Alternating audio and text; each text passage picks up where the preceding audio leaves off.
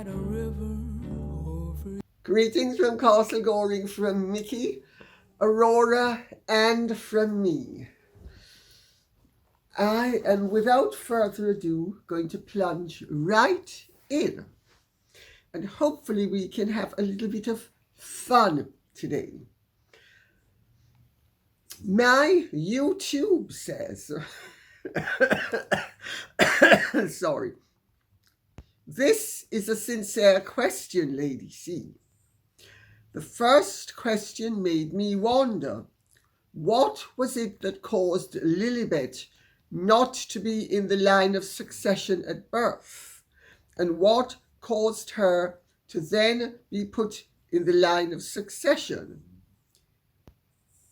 Is it the christening that qualifies being put in the line? I was thinking that she was in the line before that. My YouTube, very interesting question. And yes, she was in the line of succession before. And why was she not put in the line of succession initially? Well, I'm going to be very careful how I answer that. I'm going to, as opposed to be assertive, I'm going to present you with a possibility. One has to be very careful what one says in certain matters, especially when dealing with troublesome things like lines of succession and those whose birth certificates ultimately warrant an inclusion. Why wasn't she put in the line of succession initially? Well, would you have put her in the line of succession initially, after all the questions that have been raised about the possibilities that exist? You know, I think it's President George W. Bush who said something along the lines of, fool me once, my fault, fool me twice. Sorry, fool me once, your fault, fool me twice, your fault. I have little doubt, and I'm being very careful how I couch this. I have little doubt that the powers that be took a great delight in withholding the entry until they had been furnished with sufficient paperwork to make people who had thought, oh my goodness, you know, all these English people are just so stupid. I mean, I can just pull the wool over everybody's eyes because I'm so clever. There was a little message there. Well, sweetie pie, maybe you weren't quite as clever as you thought you were the first time around. And so, may we see an additional document? And may we see I think it's called baiting. And I think they understood who they were baiting, why they were baiting, and those who were being baited understood that they were being baited and were pretty nervous. But of course, let's not forget,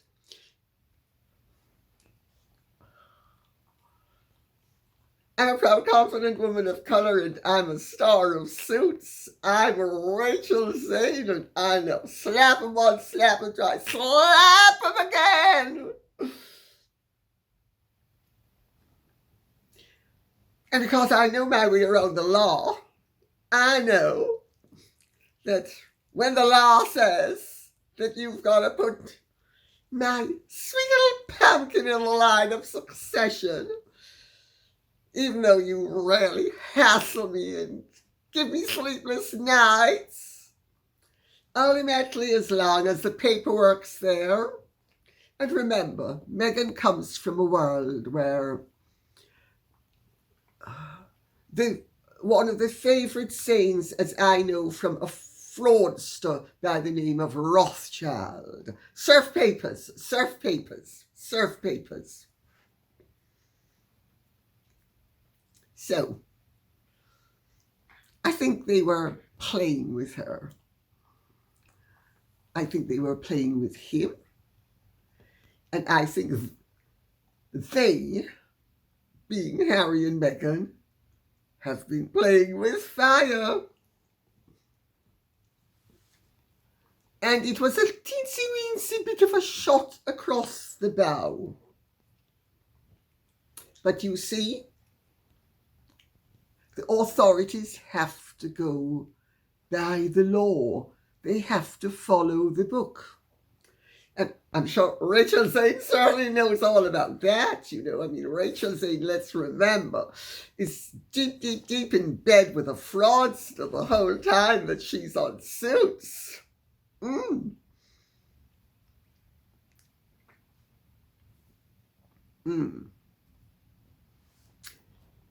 I think that's enough for today, don't you? E. May says, hello, Lady C. Did you hear Oprah's advice to Harry's wife about the coronation? I certainly did. I certainly did. Water does seek its own level, doesn't it? But not to interrupt. How selfish. Do what is right for yourself. Basically, screw how your actions affect others. Think only of yourself and your own interests. I guess selfish people enjoy each other. Me, mine attitudes. Yes, I did hear, and I have to tell you, I don't think there are going to be many more American marriages in the royal family unless it's with the old world American aristocracy. Because the fact of the matter is, the new zeitgeist from across the Atlantic is a little bit too selfish, self-centered, and me-obsessed for anybody in a more ancient culture to actually think this is all right. Now, I know many Americans, I would imagine the silent majority of Americans, who I believe are decent, God-fearing people, are appalled by the me, and selfish attitudes that have emanated from the United States of America and distorted values all over the rest of the world.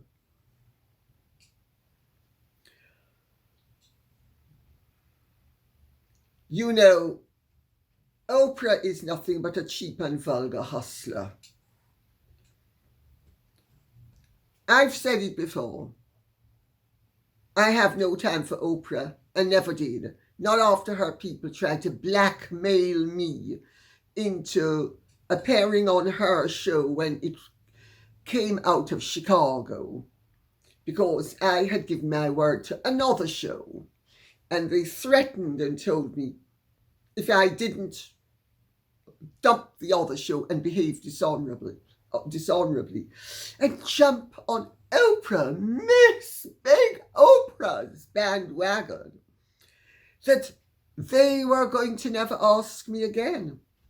And I told them, don't ask me again. I don't want to ever be on your show.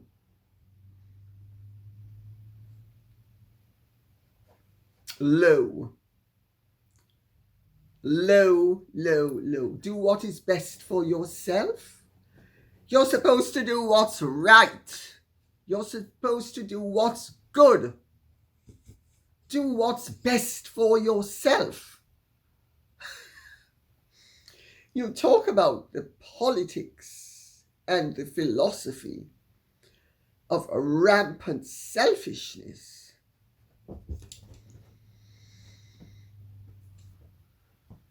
Then we wonder why the world is getting into the messes that it's getting into.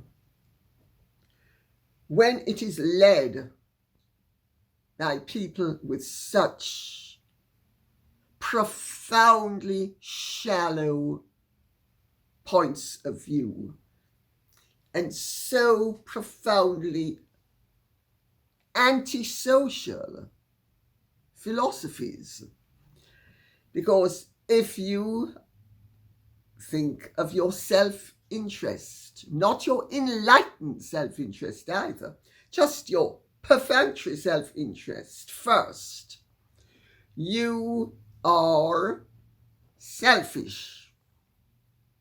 You are anti-social, because to be social means to be selfless when it is required. Well, Oprah exposed herself. And of course, she and Gail had to get in there somewhere, somehow. Oh, Aurora, please stop diving for those muffs. Come on, come here, come with Mummy. Aurora seems to be muff diving over there. So, I can't have her diving into the cushions. No. You need to be a good girl. That's a good girl. Well, they worked their way into it because it's topical and Gail's in the news. Oh, Gail, do tell us. Is your best friend Oprah more than just a good friend? Or is she just a good friend? Oh, do tell us, Gail. And Oprah, what about this man that you are supposed to be living with? Why don't you close the deal? Why don't you marry him? I mean, none of it is my business, and none of it should be my business. But since you've poked your nose into everybody else's business with the most disastrous effects, maybe you could come clean and tell us what's really going on. I mean, is your bearded man a beard? I ask the question, Oprah, because you're always pushing your nose into our business where it has no business. And I have nothing against you, Oprah, if you are gay. Nor do I have anything against Gail if she's gay. Why would I? Why would anybody have anything against you if you're gay? And if you're not, that's fine too. But why all the cloak and daggers and silly buggers games that you keep on playing with your one true love? But we're not quite sure who that one true love is. Not that it really should be any of our business. But you know, since you're busy violating our boundaries, why would you think we don't have a right to inspect yours? Anyway, I've been sufficiently naughty, but Oprah and Gail do beg for it. And they really think everybody is so dumb that we can't see exactly what they are up to. Not the least of which is keeping themselves in the forefront of the news.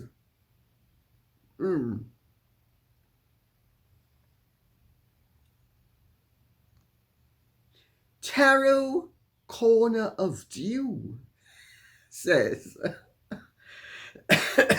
sorry, dear Lady C, your cough really worries me. It's starting to worry me less.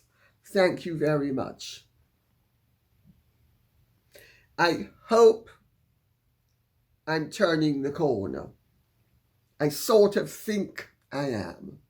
I can feel as if I am. I hope your doctor is taking good care of you. Well, I hope the drugs that have been prescribed for me are taking good care of me, because I very, very seldom ever take drugs. I am a medical doctor as well as a tarot tea, and I worry you will not develop pneumonia. Thank you very much. You're absolutely right to have been worried about that.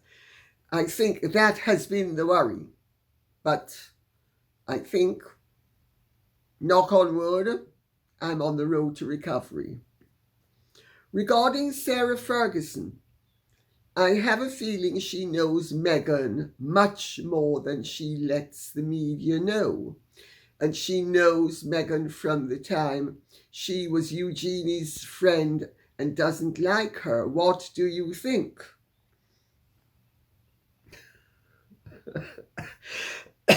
Well, I prefer to take Sarah York at her word when she said, because it slipped out, that she barely knows her, that she's only met her glancingly, and got herself into trouble for having said that. Can you imagine the eruption at Montecito?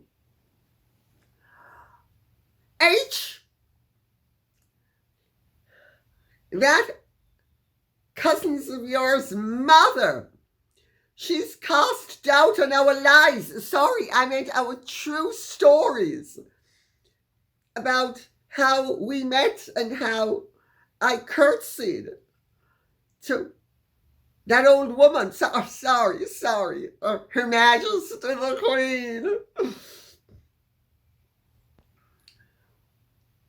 You've got to get on the phone, H, and you've got to stand up for me. What sort of a man are you? Are you a man or are you a mouse? I mean, look at what you've caused to happen. First of all, I've now got a Taliban talking on my back because of you. Then everybody knows that you lost your virginity to a girl who's substantially younger than I am. And you call her an older woman. What does that make me?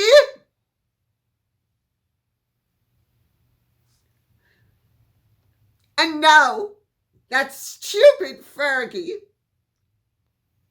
has exposed me as a liar when everybody knows I only ever speak the truth, my truth.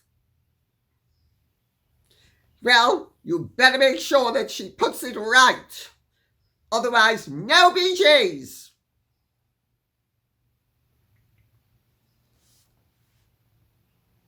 And so she puts it right by coming out with a whole load of cack-handed nonsense, which is just an embarrassment. You know, Queen Elizabeth, the Queen Mother, Princess Margaret, the late Queen, Queen Mary, all these people understood. Don't give interviews. Keep your trap shut. The less you say is the less trouble you will get into. Instead of which we have Fergie. Oh, Meghan and I are such close friends. We met, I think, once for 2 minutes. And as for the nonsense about how they were introduced, they have changed the story so many times. I know what I believe, and I know what I was told, and what has the ring of truth. But that's just one of the many versions that they have been putting out recently.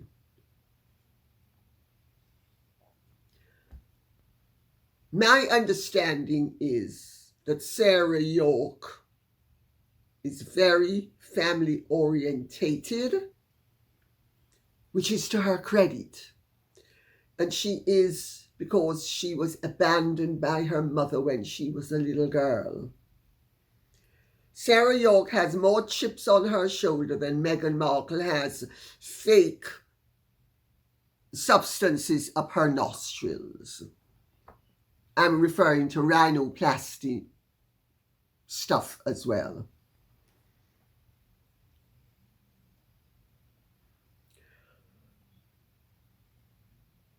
She has got herself into a bind, but it won't be the first, and it will definitely not be the last time. Sarah's mouth is always getting her into trouble. But I understand she doesn't particularly like Meghan. And all that nonsense about how happy Meghan has made Harry has been at Meghan's insistence. So yet again, we have Meghan controlling the narrative. Aye, Dr. Goebbels, can you please dish up some more chicken soup?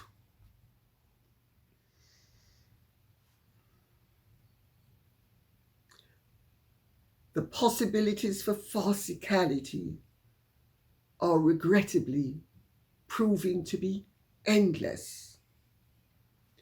Meredith G says, "Good afternoon, Lady C.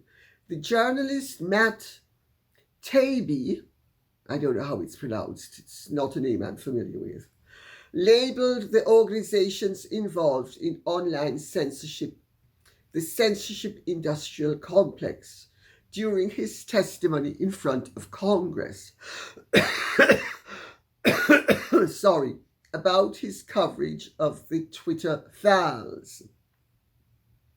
While there is a lot of focus on US alphabet agencies, think tanks, and corporations, what is less talked about is the cronyism. All you need is an in with the right mid-level person. In addition to organizing bots and false flagging campaigns, these people simply pick up the phone and call in a favor. And do I think that that is accurate? Yes, I do. It happens here too. Look at Meghan. She picked up the phone and phoned Dame Caroline McCall and got Piers Morgan dismissed. She also managed to get Sharon Osbourne dismissed for being a racist.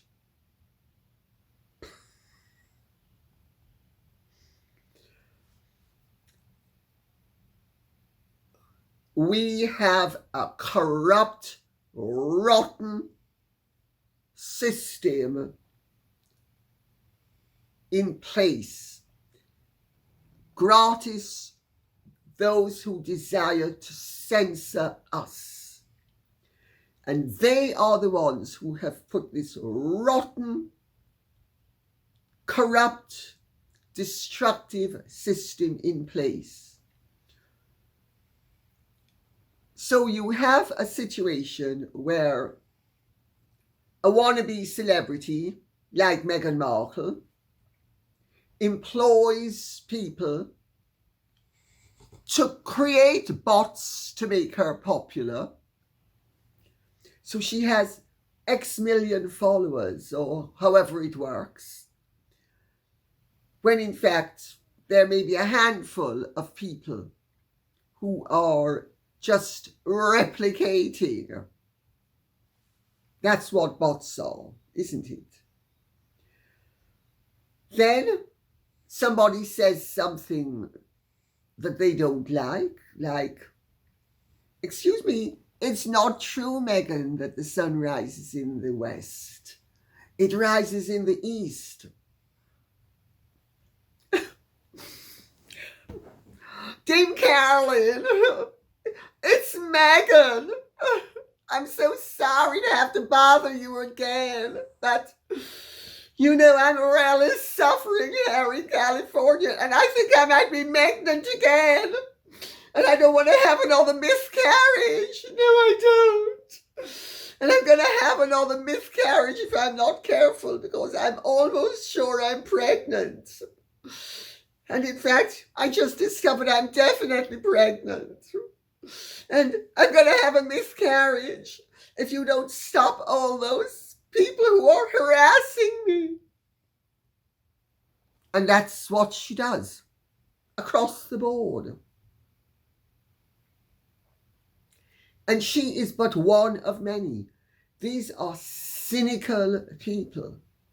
We need to think of what is happening now in terms of what happened in Nazi Germany in the 1930s. Listen to Pastor Niemöller.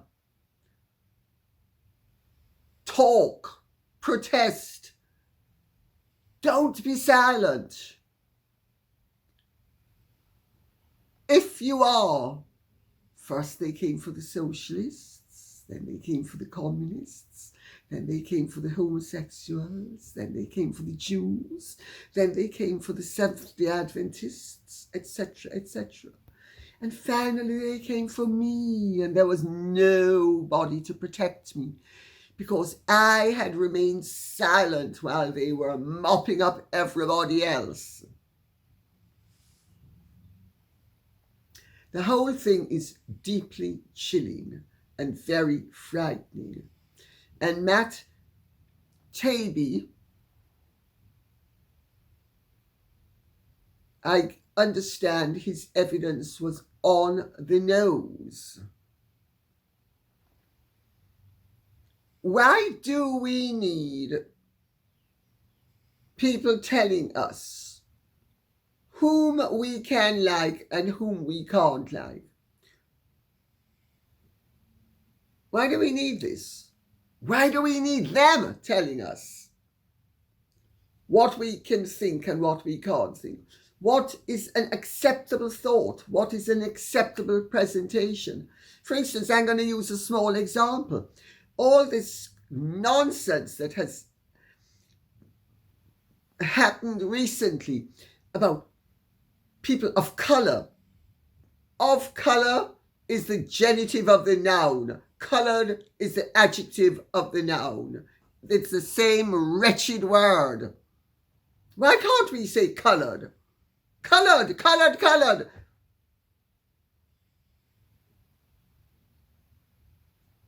Why should we say of colour? How is it possible in any rational person's understanding of language for a word that is the same word to have a meaning that is pejorative in one tense but not in another? It doesn't make sense. The whole thing is ludicrous. And we are supposed to go along with all this claptrap.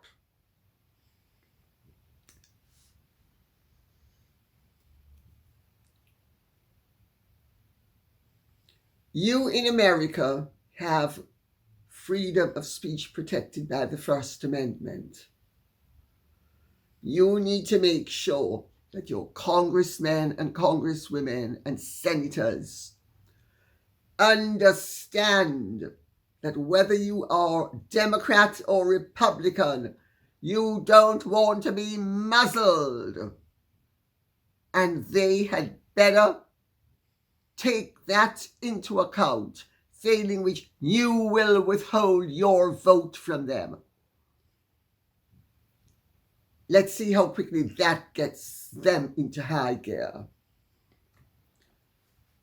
Because there's safety in numbers, and the more people that make nuisances of themselves is the more these representatives of the people will listen. Fern Clement says, Lady C, do you know what is the real story about the Duke of Kent's death during World War II? There was a survivor, if I remember correctly, who gave a different story than the official one, it seems.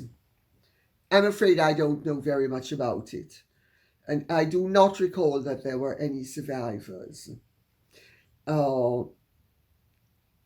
Insofar as I understand, there was always a speculation that the Duke of Kent was himself piloting the aircraft.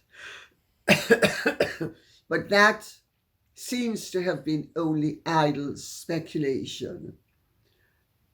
The visibility wasn't good. There could have just been a very sudden bit of fog rolling over the mountain. I know that it was a tremendous shock to the family when he died. And I know that Princess Marina, who had given birth to Prince Michael just a few weeks before, reeled from the horror of it all. I don't think there's any cover-up. You know, every time there's an accident, people would like to come up with an alternative explanation to the fact that something accidental, something almost silly happened. But that's what accidents are. Everything doesn't have to be a conspiracy. Everything doesn't have to be, they're burying the truth. My understanding is that it was exactly what it was supposed to be. A tragic accident because the aircraft flew too low. It happens. Tashelle Turner says, in America, if you have any black blood, even if it is 1%, you're black. It's a law here. Jim Crow law. No matter how much she tries to get that black blood out, she's still black. I'm a lot whiter looking than Meghan. I have blue eyes and dark brown hair, and I have always said I was black. When I met her in college, she could not believe I identified as a black girl, and I'm not ashamed of it. I have a British father and a Creole mother who looks like a white woman. I wish she'd quit playing the race card. There are so many mixed race people in the world. Nobody cares. I hope you feel better soon. Well, Tashelle Turner, you're not the only person who's been to school with Meghan, or I should say university, both.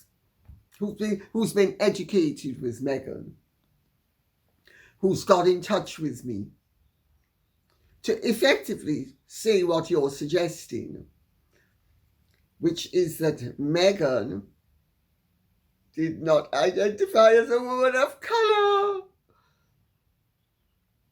On the contrary,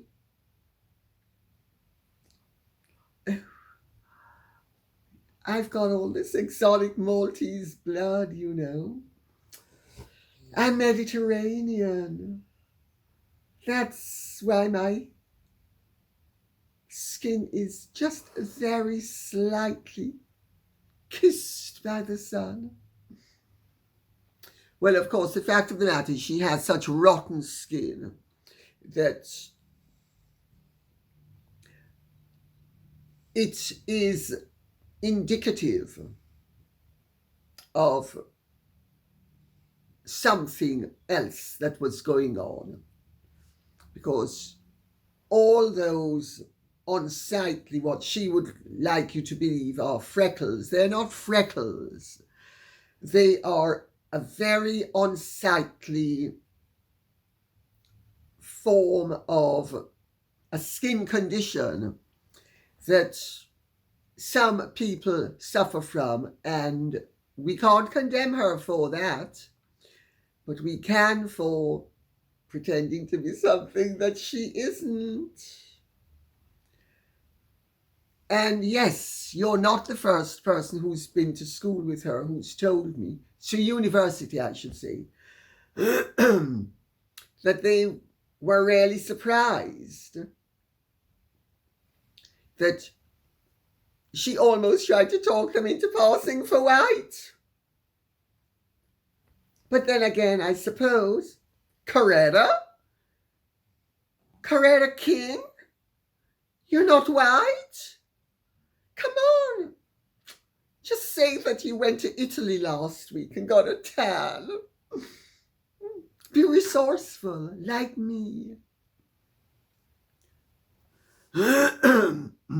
Enki's daughter says, Lady C, sorry to hear you're unwell and hope you recover soon. There are 4 countries which were never part of the British Empire, but have recently joined the Commonwealth. In fact, 2 of them were French colonies, and there are a number of African countries, again never part of the Empire, who wish to join. Enki's daughter, thank you so much for that. The British Commonwealth is a Commonwealth. Well, it was known as the British Commonwealth. It's now just known as the Commonwealth of Nations. It was originally only former British territories. I think there are now 56 members of the Commonwealth. Rwanda, Mozambique, Gabon, and Togo are the non-British members of the Commonwealth, all African nations. Mozambique, if I remember correctly, was Portuguese. I throw that in for what it's worth. So much for Empire 2.0. It's a white conspiracist organization. And I'm a historian and a great supporter of Meghan Markle. And we people of colour don't want any of you white people with your white privilege trying to dupe us and steal our natural resources and try to dupe us into thinking that you are interested in our welfare when we know that you're not. Do you remember that line in the Netflix series? Because that was pretty much the message. And I won't even offend my tongue by mentioning the name of the woman who said it. Of course, race baiting and mischief making of the highest order. Well, the Commonwealth dates back to the first half of the 20th century. If I remember correctly, in 1926 was the beginning of it, when the Imperial Conference created what became under the Statute of Westminster in 1931 was the Commonwealth of Nations, originally known as the British Commonwealth of Nations. And the current Commonwealth was formally constituted at the London Declaration in 1949, where all the member states are free and equal. These racist bogeymen who are looking for all these horrid white people who are trying to suck from black people. Shades of Meghan's supporters on Netflix. They're free and equal. They're not being colonized, nor are they being exploited. You're doing the exploiting. You being the pseudo-historian who came out with her claptrap on Netflix. Well, the original head in 1949, when it ceased being the British and being, well, I suppose you could say the original head in 1931 was King George V. Then in 1949 it became King George VI. Then it became Queen Elizabeth II, and now it is King Charles III. He is a king of 15 member states. They are known as Commonwealth realms.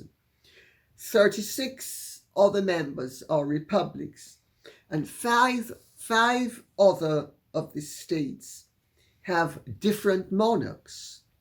There's Tonga, there's Eswatini, which used to be called Swaziland.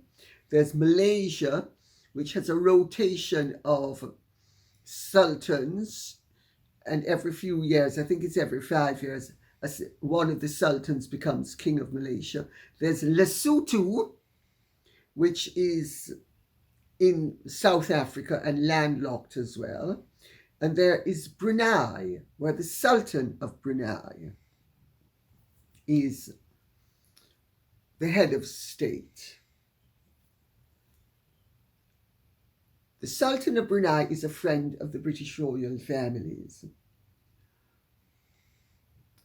The late King of Lesotho's brother heads up Santabali with Harry.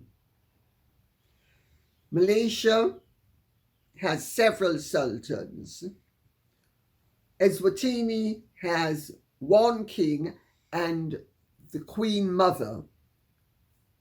I was supposed to be going to Eswatini on an official visit and discovered that it was on the red list. And I deprived Mac Hancock of the pleasure of, when I returned, throwing me into a matchbox. I refused to go. And Tonga is the country that always has huge monarchs. Queen Salote of Tonga was a huge hit at the late Queen's coronation. And she drove through London, which was pouring with rain, in an open carriage. And people were filled with admiration for her. And some wit said, asked actually, I think it was Noel Coward, who is that with the Queen of Tonga? And he said, her lunch.